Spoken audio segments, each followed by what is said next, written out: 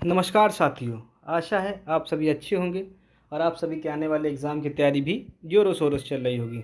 तो चलिए साथियों, जो आपके यूपी के एग्ज़ाम आने वाले हैं उनको ध्यान में रखते हुए आज से जो है हम यूपी की जो है करंट अफेयर की एक सीरीज चालू कर रहे हैं, जिसमें जो पिछले हम 1 साल की पूरी करंट अफेयर कंप्लीट कराएंगे। तो चलिए साथियों, शुरू करते हैं आज।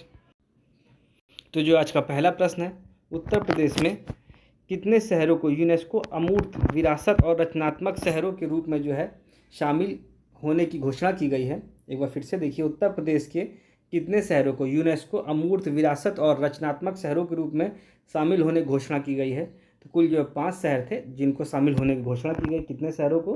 कुल 5 शहरों किया गया है। चयनित कुल 5 सांस्कृतिक जो शहर है, ये पहला है कन्नौज का इत्र। पहला कौन सा है? कन्नौज का इत्र। दूसरा है ब्रज की होली, याद रखिएगा ब्रज की होली। तीसरे पे आता है वाराणसी की गंगा आरती। तीसरे पे कौन सा है? वाराणसी की गंगा आरती। और चौथे पे आता है फिरोजाबाद की कांच कला। और पाँचवें पे आता है आजमगढ़ के निजामाबाद की ब्लैक पॉटरी। तो क्या क्या है? पहले पे है कन्नौज का इत्र, दूसरे पे है ब्रज की होली, तीसरे पे है वाराणसी की गंगा आरती, उसके बाद चौथे पे आता है फिरोजाबाद की कांच कला, और पाँचवें पे आता है आजमगढ़ की निजामाबाद की जो है ब्लैक पॉटरी। इसको याद रखिएगा। पहला प्रश्न कंप्लीट होता है। चलिए साथियों, आगे देखते हैं अगले प्रश्न कौन सा है। तो जो आज का अगला प्रश्न है, हाल ही में जो है कोयेमा 2025 का आयोजन किस शहर में किया गया है? तो यह जो है किस शहर में किया गया है? तो इसका जो आयोजन है यह लखनऊ में किया गया है। इसको याद रखिएगा, कहाँ पर किया गया? लखनऊ में किया गया है। तो चलिए इसको देखते हैं। 8वें अंतर्राष्ट्रीय जो है कोयेमा जो 2025 है, इसका जो फुल फॉर्म है council of Asia industries and emerging market alliance सम्मेलन जो है यह कहाँ पर किया गया है? लखनऊ में किया गया। इसको याद रखिएगा, इसका full form council of Asia industry and emerging market alliance का जो है यह लखनऊ में किया गया। यह कौन सा था? तो ये 8वां जो है अंतर्राष्ट्रीय सम्मेलन था। कौन सा था? 8वां अंतर्राष्ट्रीय सम्मेलन था। चलिए थोड़ा इसके बारे में देख लेते हैं। क्षेत्रीय संगठन है ये, जो कि एशियाई देशों के उद्योग और उभरते बाजारों जो है इमर्जिंग मार्केट के बीच जो है सहयोग को बढ़ावा देने हेतु आयोजित किया गया है। तो किसको बढ़ावा देने के लिए किया गया है? जो है उद्योग और उभरते बाजारों के बीच सहयोग को जो है बढ़ावा देने के लिए किया गया है। चलिए इसके बारे में थोड़ा सा देख लिया जाए कि क्या क्या है। तो इसका जो उद्देश्य क्या था? इसका उद्देश्य है नवाचार को बढ़ावा देना। क्या उद्देश्य है? नवाचार को बढ़ावा देना इसका उद्देश्य है। अगला आता है हरित प्रौद्योगिकी ग्रीन टेक्नोलॉजी को अपनाने पर बल देना। जो इसका दूसरा क्या है? हरित प्रौद्योगिकी ग्रीन टेक्नोलॉजी को बढ़ाने पर जो है बल देना है। तीसरा आता है उद्योगों के डिजिटलीकरण की जो प्रक्रिया को तेज करना। क्या है? उद्योगों की डिजिटलीकरण की प्रक्रिया को तेज करना है। और फिर चौथा कौन सा आता है? चौथा इसका जो उद्देश्य था एशियाई देशों के बीच व्यापारिक संबंधों को मजबूत करना जो है इसका जो है अगला आता है। तो इसके कुल इन चारों को याद जरूर रखिएगा कि क्या क्या है। इसलिए जो 8वां सम्मेलन था, कौन सा 8वां सम्मेलन था और ये लखनऊ में हुआ है। इसका जो उद्देश्य थे नवाचारों को बढ़ावा देना, हरित प्रौद्योगिकी को अपनाने पर बल देना, उद्योगों को जो है डिजिटलीकरण की प्रक्रिया तेज करना और एशियाई देशों के बीच व्यापारिक संबंधों को मजबूत करना। तो चलिए साथियों आगे बढ़ते हैं। तो जो आज का अगला प्रश्न क्या है? तो चलिए साथियों आज का अगला प्रश्न देखते हैं। तो जो आज का अगला प्रश्न है, वर्ष 2025 में राष्ट्रपति द्रौपदी मुर्मू द्वारा जो है पद्म पुरस्कार की घोषणा की गई थी। इसमें से उत्तर प्रदेश में कुल कितने व्यक्तियों को पद्म पुरस्कार दिया गया है? तो जो उत्तर प्रदेश के कुल 10 व्यक्तियों को जो है पद्म पुरस्कार दिया गया है। चलिए साथियों किस किस को दिया गया? 10। चलिए ये देख लेते हैं। राम बहादुर राय जो है इनको मिला है। इनको किस लिए मिला है? साहित्य एवं शिक्षा पत्रकारिता के लिए मिला है। तो किसको मिला, किस लिए मिला है? राम बहादुर राय जी को साहित्य एवं शिक्षा पत्रकारिता के लिए। फिर आता है साध्वी दितंबरा, इनको जो है सामाजिक कार्य के लिए मिला है, साध्वी दितंबरा जी को। फिर आता है आशुतोष शर्मा, इनको मिला विज्ञान और इंजीनियरिंग के लिए जो है आशुतोष शर्मा को जो मिला, किसके लिए? विज्ञान एवं इंजीनियरिंग के लिए मिला है। फिर आता है गणेश्वर शास्त्री द्रविड़ जो है इनको मिला है साहित्य और शिक्षा के लिए मिला है। तो गणेश्वर शास्त्री द्रविड़ को किसके लिए मिला है? साहित्य और शिक्षा के लिए। फिर अगले आते हैं हृदय नारायण दीक्षित हैं, इनको मिला है साहित्य और शिक्षा के लिए। तो साहित्य और शिक्षा के लिए किन दो लोग को मिला है?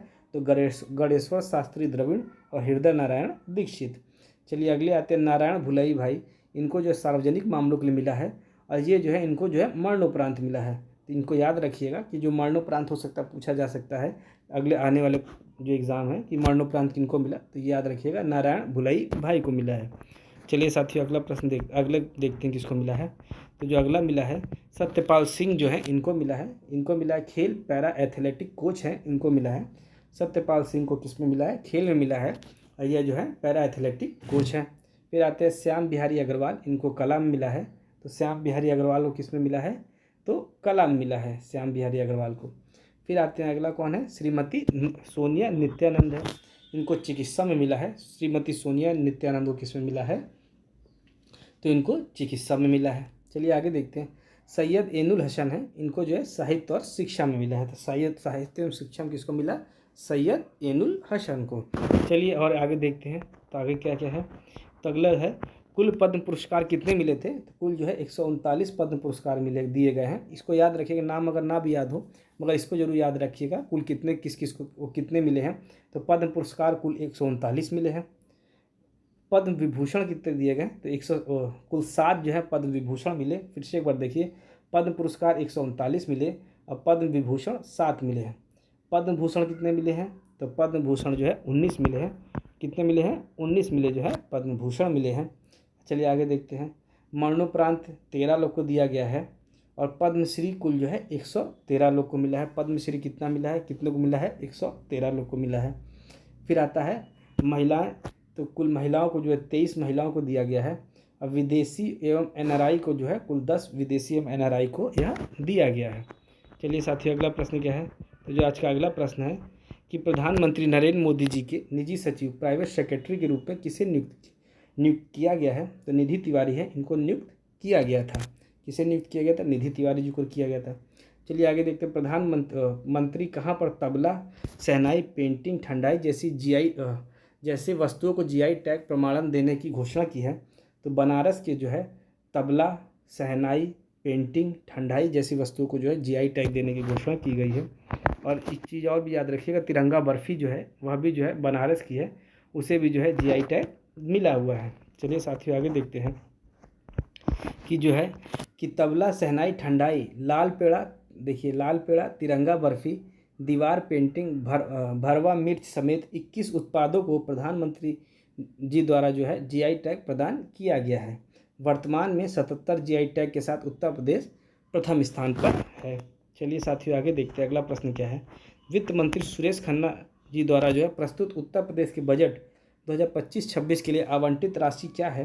तो वित्त मंत्री सुरेश खन्ना जी द्वारा जो है प्रस्तुत बजट जो है 2025-26 के लिए जो आवंटित राशि है यह 8.08 लाख करोड़ है। कितनी है? 8.08 लाख करोड़ है ना?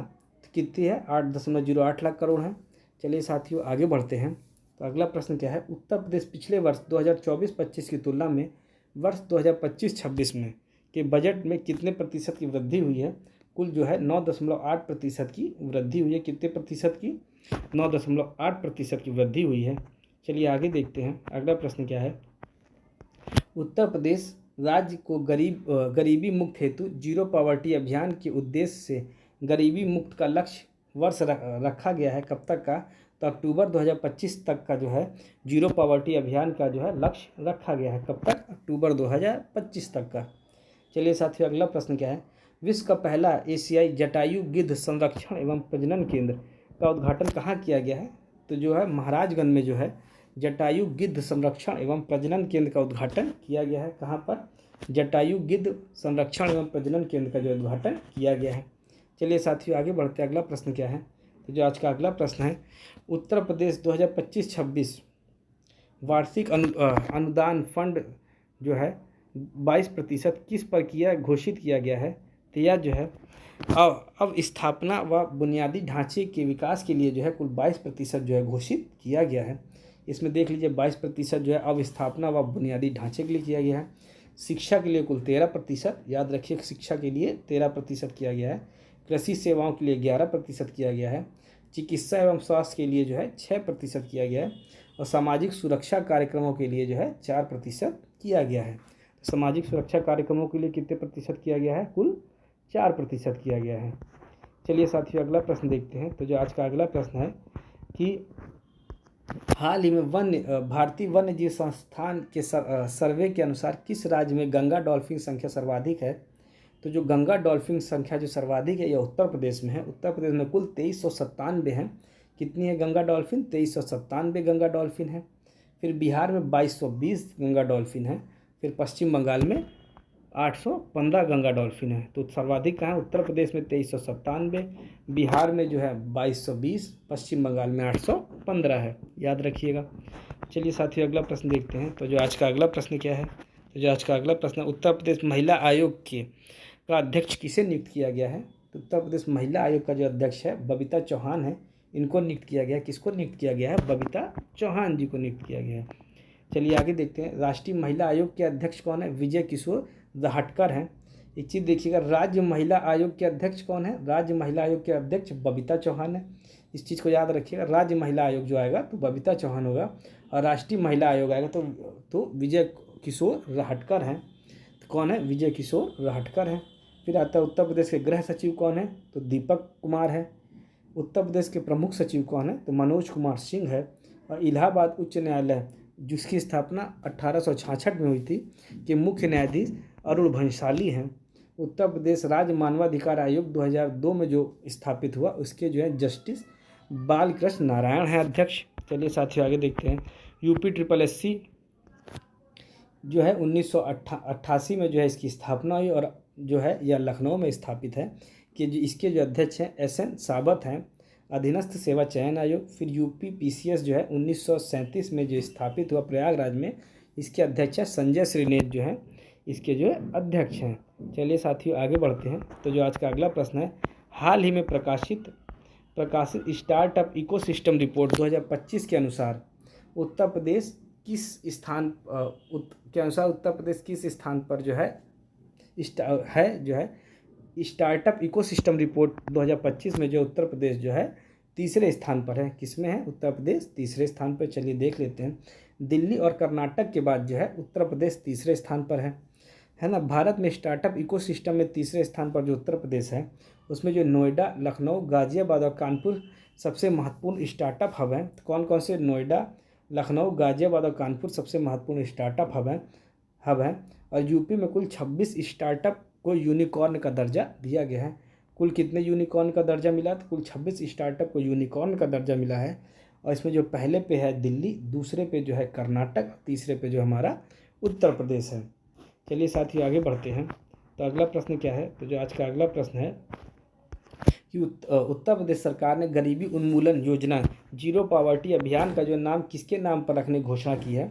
तो उत्तर प्रदेश ने जो गरीबी उन्मूलन योजना जीरो पॉवर्टी अभियान का नाम जो है डॉक्टर भीमराव अम्बेडकर जी के नाम पर रखने की घोषणा की है। किसके नाम पर? तो डॉक्टर भीमराव अम्बेडकर जी के नाम पर रखने की है घोषणा हुई है। तो डॉक्टर भीमराव अम्बेडकर जी की जयंती जो होती है यह जो है 14 अप्रैल को होती है, और इनको जो है 14 अप्रैल 1990 को जो है भारत रत्न से सम्मानित किया गया था। चलिए साथियों अगला प्रश्न देखते हैं। तो जो आज का अगला प्रश्न है कि Uttar Pradesh state capital region SCR के अंतर्गत प्रदेश के कितने शहरों को विकसित किया जाएगा? तो SCR के अंतर्गत जो है प्रदेश के 6 शहरों को विकसित किया जाएगा। कितने शहरों को? कुल 6 शहरों को विकसित किया जाएगा। पहला लखनऊ है, उसके बाद हो गया उन्नाव, फिर हो गया हरदोई, सीतापुर, रायबरेली और बाराबंकी। तो जो भी लखनऊ से जो है के आसपास के जितने भी शहर हैं इनको किया जा रहा है। लखनऊ, उन्नाव, हरदोई, सीतापुर, रायबरेली और बाराबंकी जो है इनको जो है स्टेट कैपिटल रीजन के अंतर्गत जो है विकसित किया जाएगा। कुल कितने शहर है? कुल जो है 6 शहर हैं। तो चलिए साथियों आज के प्रश्नों को यहीं समाप्त करते हैं। इसी तरीके से डेली जो है आपके प्रश्न लेके आए जाएंगे, और जो है आपके जो है कम से कम 2 हफ्ते के अंदर जो है आपकी पूरे जो है करंट अफेयर कंप्लीट करा दी जाएगी। तो चलिए साथियों इसी के साथ जो है आज का वीडियो समाप्त करते हैं, और जो भी नए साथी जुड़े हैं वह चैनल को सब्सक्राइब कर लें, जिससे कि आपको आगे की अपडेट मिलती रहे। चलिए साथियों धन्यवाद।